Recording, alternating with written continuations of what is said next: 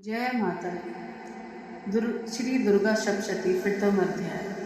प्रथम चरित के ब्रह्मा ऋषि, महाकाली देवता, गायत्री छंद, नंदा शक्ति, दंतिका बीज, अग्नि तत्व और ऋग्वेद स्वरूप है। श्री महाकाली देवता की प्रसन्नता के लिए प्रथम चरित के जप में इसका प्रयोग किया जाता है। भगवान विष्णु के सो जाने पर मधु और कैटभ को मारने के लिए कमल जन्मा ब्रह्मा जी ने जिनका स्तवन किया था, उन महाकाली देवी का मैं सेवन करता हूँ।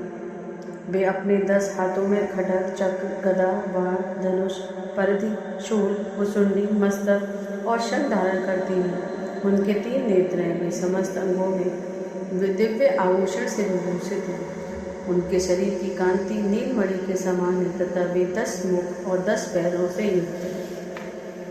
मार्कंडेय जी ने बोले, सूर्य के पुत्र सर्वाणि जो 8वें मनु कहे जाते हैं, उनकी उत्पत्ति की कथा विस्तार पूर्वक कहता हूँ, सुनो। सूर्य कुमार महाभाग सार्वणी भगवती महामाया के अनुग्रह से जिस प्रकार मनवंतर के स्वामी हुए, वही प्रसंग सुनाता हूँ। पूर्व काल की बात है। जिस मनवंतर में सुरत नाम के एक राजा थे, जो चैत्र वंश में उत्पन्न हुए थे। उनका मस्तक भूमंडल पर अधिकार था। वे प्रजा का अपने औरस पुत्रों की भांति धर्मपूर्वक पालन करते थे। तो भी उस समय कोलंदिवसनी नाम के क्षत्रिय उनके शत्रु हुए। राजा सुरत की दंडनीति बड़ी प्रबल थी। उनका शत्रुओं के साथ संग्राम हुआ। यद्यपि कोलाविध्वसी संख्या में कम थे, तो भी राजा सुरत युद्ध में उनसे परास्त हो गए। तब वे युद्ध भूमि से अपने नगर को लौट आए और केवल अपने देश के राजा होकर रहने लगे। किंतु वहाँ भी उन प्रबल शत्रुओं ने उस समय महाभाग राजा सुरत पर आक्रमण कर दिया। राजा का बल क्षीण हो चला था, इसलिए उनके दुष्ट, बलवान एवं दुरात्मा मंत्रियों ने वहाँ उनकी राजधानी में भी राजकीय सेना और खजाने को हथिया लिया। सुरत का प्रभुत्व नष्ट हो चुका था, इसलिए वे शिकार खेलने के बहाने घोड़े पर सवार होकर वहाँ से अकेले ही एक घने जंगल में चले गए। वहाँ उन्होंने विप्र पर मेघा मुनि का आश्रम देखा, जहाँ कितने ही हिंसक जीव परम शांत भाव से रहते थे। मुनि के बहुत से शिष्य उस वन की शोभा बढ़ा रहे थे। वहाँ जाने पर मुनि ने उनका सत्कार किया और वे ऋषि मुनि श्रेष्ठ के आश्रम पर इधर उधर विचरते हुए कुछ काल तक रहे। फिर ममता से आकर्षित होकर वहाँ इस प्रकार चिंता करने लगे, पूर्व काल में मेरे पूर्वजों ने जिसका पालन किया था, वही नगर आज मुझसे रहित है। पता नहीं मेरे दुराचारी वृत्यगण उसकी धनपूर्वक रक्षा करते हैं या नहीं। जो सदा मत की वर्षा करने वाला और सूरवीरता में मेरा विधान हाथी अब शत्रुओं के अधीन होकर न जाने किन किन भूखों को भोगता होगा। जो लोग मेरी कृपा, धन और भोजन पाने से सदा मेरे पीछे पीछे चलते थे, वे निश्चय ही अब दूसरे राजाओं का अनुसरण करते होंगे। उन अपव्ययी लोगों के द्वारा सदा खर्च होते रहने के कारण अत्यंत कष्ट से जमा किया हुआ मेरा वह खजाना खाली हो जाएगा। ये तथा और भी कई बातें राजा सुरत निरंतर सोचते रहते थे। एक दिन उन्होंने वहाँ विप्रवर मेघा के आश्रम के निकट एक वैश्य को देखा और उनसे पूछा, भाई तुम कौन हो? यहाँ तुम्हारे आने का क्या कारण है? तुम क्यों शोकग्रस्त और अनमने से दिखाई देते हो? राजा सुरत का यह प्रेम पूर्वक कहा हुआ वचन सुनकर वैश्य ने विनीत भाव से उन्हें प्रणाम करके कहा। वैश्य बोला, राजा मैं धनियों के कुल में उत्पन्न एक वैश्य हूँ। मेरा नाम समाधि है। मेरे दुष्ट स्त्री पुत्रों ने धन के लोभ से मुझे घर से बाहर निकाल दिया है। मैं इस समय धन, स्त्री और पुत्रों से वंचित हूँ। मेरे विश्वसनीय बंधुओं ने मेरा ही धन लेकर मुझे दूर कर दिया है, इसलिए दुखी होकर मैं वन में चला आया हूँ। यहाँ आकर मैं इस बात को नहीं जानता कि मेरे पुत्रों की, स्त्री और स्वजनों की कुशल है या नहीं। इस समय घर में वे कुशल से रहते हैं अथवा उन्हें कोई कष्ट है। वे मेरे पुत्र कैसे हैं? क्या वे सदाचारी अथवा दुराचारी हो गए? राजा ने पूछा, जिन लोभी स्त्री पुत्र आदि ने धन के कारण तुम्हें घर से निकाल दिया है और तुम्हारे चित्त में इतना स्नेह बंधन क्यों है उनके प्रति? वैश्य बोला, आप मेरे विषय में जैसी बात कहते हैं वैसा ठीक है, किंतु क्या करूं, मेरा मन निष्ठुरता नहीं धारण करता। जिन्होंने धन के लोभ में पड़कर पिता के प्रति स्नेह, पति के प्रति प्रेम तथा आत्मीय जन के प्रति अनुराग को तिलांजलि दे दे कर मुझे घर से निकाल दिया, उन्हीं के प्रति मेरे हृदय में इतना स्नेह है। महामते, गुणहीन बंधुओं के प्रति भी जो मेरा चित्त इस प्रकार प्रेममग्न हो रहा है, यह क्या है? इस बात को जानकर मैं जानकर भी नहीं जान पाता। उनके लिए मैं लंबी सांसें ले रहा हूँ और मेरा हृदय अत्यंत दुखित हो रहा है। उन लोगों में प्रेम का सर्वथा अभाव है, तो भी उनके प्रति जो मेरा मन निष्ठुर नहीं हो पाता, इसके लिए क्या करूँ? मार्कंडेय जी कहते हैं, ब्राह्मण तदंतर राजाओं में श्रेष्ठ सुरत और वह समाधि नामक वैश्य दोनों साथ साथ मेघा ऋषि के मुनि के सेवा में उपस्थित हुए और उनके साथ यथा योग न्यायकुल विनयपूर्ण बर्ताव करने बैठे। तत्पश्चात वैश्य और राजा ने कुछ वार्तालाप आरंभ किया। राजा ने कहा, भगवान, मैं आपसे एक बात पूछना चाहता हूँ, उसे बताइए। मेरा चित्त अपने अधीन न होने के कारण वह बात मेरे मन को बहुत दुख देती है। जो राज्य मेरे हाथ से चला गया है उसमें और उसके संपूर्ण अंगों में मेरी ममता बनी हुई है। मुनि श्रेष्ठ, यह जानते हुए भी कि वह अब मेरा नहीं है, अज्ञानी की भांति मुझे उसके लिए दुख होता है। यह क्या है? उधर यह वैश्य भी घर से अपमानित होकर आया है। इसके पुत्र, स्त्री और मृत्यु ने इसे छोड़ दिया है। स्वजनों ने भी इसका परित्याग कर दिया है, तो भी यह उनके प्रति अत्यंत हार्दिक स्नेह रखता है। इस प्रकार यह तथा मैं दोनों ही बहुत दुखी हैं। जिसमें प्रत्यक्ष दोष देखा गया है, उस विषय के लिए भी हमारे मन में ममता जनित आकर्षण पैदा हो रहा है। महाभाग, हम दोनों समझदार हैं, तो भी हमने जो मोह पैदा हुआ है, यह क्या है? विवेक शून्य पुरुष की भांति मुझ में और इसमें भी यह मूर्ता प्रत्यक्ष दिखाई देती है। ऋषि बोले, महाभाग, विषय मार्ग का ज्ञान सब जीवों को है। इसी प्रकार विषय की सबसे लिए अलग अलग है। कुछ प्राणी दिन में नहीं देखते और दूसरे रात में नहीं देखते, तथा कुछ जीव ऐसे हैं जो दिन और रात्रि में भी बराबर ही देखते हैं। यह कठिन है कि मनुष्य समझदार होते हैं, किंतु केवल वे ही ऐसा नहीं होते। पशु पक्षी मृग आदि सभी समझदार होते हैं। मनुष्यों की समझ भी वैसे ही होती है जैसे उन मृगों और पक्षियों की होती है, तथा जैसे ही मनुष्यों की होती है वैसे ही उन मृग पक्षी आदि की होती है।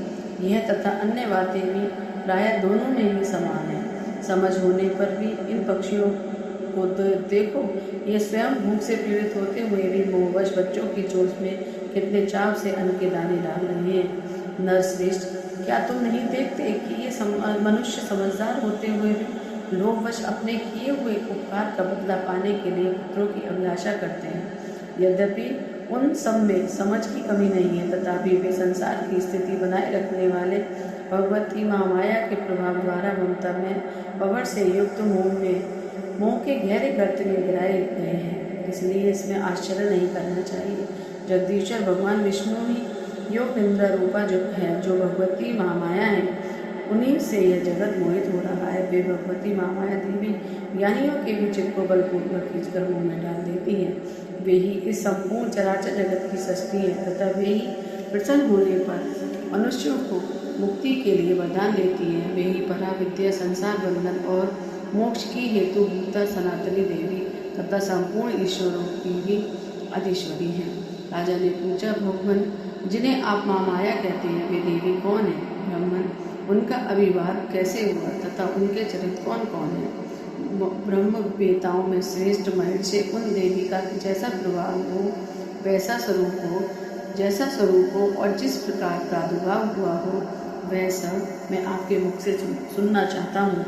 ऋषि कहते हैं, ऋषि बोले, राजन, वास्तव में तो वे देवी नित्य स्वरूपा ही हैं। संपूर्ण जगत उन्हीं का रूप है तथा उन्होंने समस्त विश्व को व्याप्त कर रखा है। तथापि उनका प्राकट्य अनेक प्रकार से होता है, वह मुझसे सुने। यद्यपि वे नित्य और अजन्मा हैं, तथापि जब देवताओं का कार्य सिद्ध करने के लिए प्रकट होती है, उस समय लोक में उत्पन्न भी कहलाती है। कल्प के अंत में जब संपूर्ण जगत एक कार्बन में निमग्न हो रहा था और सबके प्रभु भगवान विष्णु शेषनाग की सैया बिछाकर योग निद्रा का आश्रय सो रहे थे, उस समय उनके कानों के मैल से दो भयंकर असुर उत्पन्न हुए, जो मधु कैटव के नाम से विख्यात थे। वे दोनों ब्रह्मा जी का वध करने को तैयार हो गए। भगवान विष्णु के नाभि कमल में विराजमान प्रजापति ब्रह्मा जी ने जब उन दोनों भयानक असुरों को अपने पास आया और भगवान को सोया हुआ देखा, तब एकाग्रचित्त होकर उन्होंने भगवान विष्णु को जगाने के लिए उनके नेत्रों में निवास करने वाली योग निद्रा का स्तवन आरंभ किया, जो इस विश्व की अधीश्वरी, जगत को धारण करने वाली, संसार का पालन और संहार करने वाली तथा तेज स्वरूप भगवान विष्णु की अनुपम शक्ति है। उन्हीं भगवती निद्रा देवी की भगवान ब्रह्मा स्तुति करने लगे।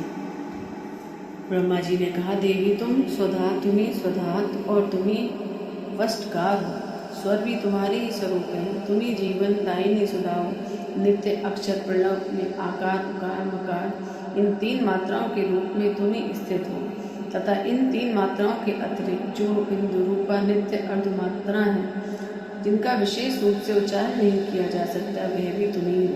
देवी तुम्ही संध्या, सावित्री और परम जननी हो। देवी तुम्ही इस विश्व ब्रह्मांड को धारण करती हो, तुमसे ही इस जगत की सृष्टि होती है, तुम्ही से इसका पालन होता है और सदा तुम्ही कल्प के अंत में सबको अपना ग्रास बना लेती हो। जगन्मयी देवी, इस जगत की उत्पत्ति के समय तुम सृष्टि रूपा हो, पालन काल में स्थिति रूपा हो तथा कल्पांत के समय संहार रूप धारण करने वाली हो। तुम्ही माँ विद्या, माँ माया, माँ मेघा, माँ स्मृति, महामोहरूपा, महादेवी और महासुरी हो। तुम्ही तीनों गुणों को उत्पन्न करने वाली हो। सबकी प्रकृति हो, भयंकर कालरात्रि, महारात्रि और मोहरात्रि भी तुम्ही हो। तुम्ही श्री, तुम्ही ईश्वरी, तुम्ही ही और तुम्ही बहुत स्वरूपा बुद्धि हो। लज्जा, पुष्टि, तुष्टि, शांति और क्षमा भी तुम्ही हो। तुम खड्ग धारणी, शूल धारणी, घोर रूपा तथा गदा, चक्र, शंख और धनुष धारण करने वाली हो। बाण, भुषुंडी और परधि ये भी तुम्हारे अस्त्र हैं। तुम सौम्य और सौंदर हो। इतना ही नहीं, जितने भी सौम्य एवं सुंदर पदार्थ हैं, उन सब की अपेक्षा तुम अत्यधिक सुंदरी हो। पर और अपर सबसे परे रहने वाली परमेश्वरी तुम्ही हो। सर्वस्वरूपे देवी, कहीं भी सत असत रूप जो कुछ वस्तुएं हैं और उन सब की जो शक्ति है, वह तुम्ही हो। ऐसी अवस्था में तुम्हारी स्तुति क्या हो सकती है? जो इस जगत की सृष्टि, पालन और संहार करते हैं, उन भगवान को भी जब तुमने निंदा के अधीन कर दिया, जब तुम्हारी स्तुति करने में यहाँ कौन समर्थ हो सकता है? मुझको, भगवान शंकर को तथा भगवान विष्णु को भी तुमने ही शरीर धारण कराया है, अतः तुम्हारी स्तुति करने से शक्ति किसमें है? देवी, तुम तो अपने इन उदार प्रभावों से ही प्रशंसित हो।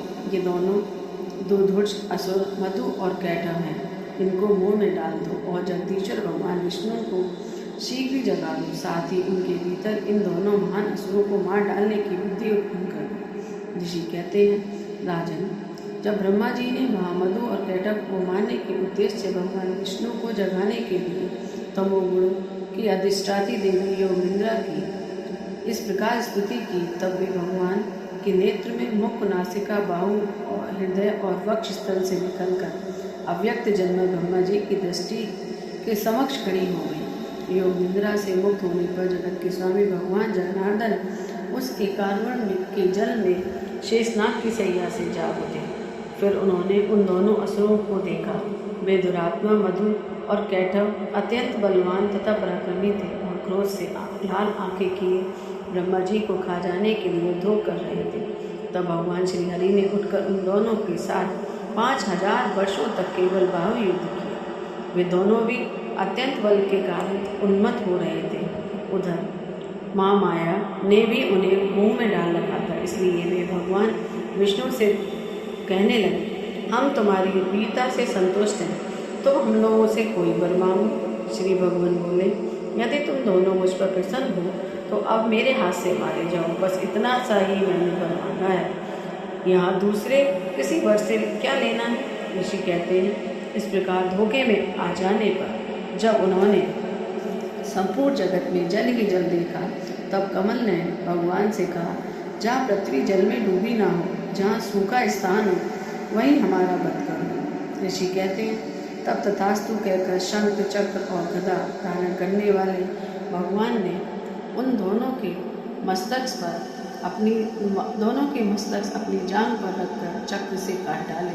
इस प्रकार ये देवी महामाया ब्रह्मा जी की स्तुति करने पर स्वयं प्रकट हुई थी। अब पुनः तुमसे उनके प्रभाव का वर्णन करता हूँ, सुनो।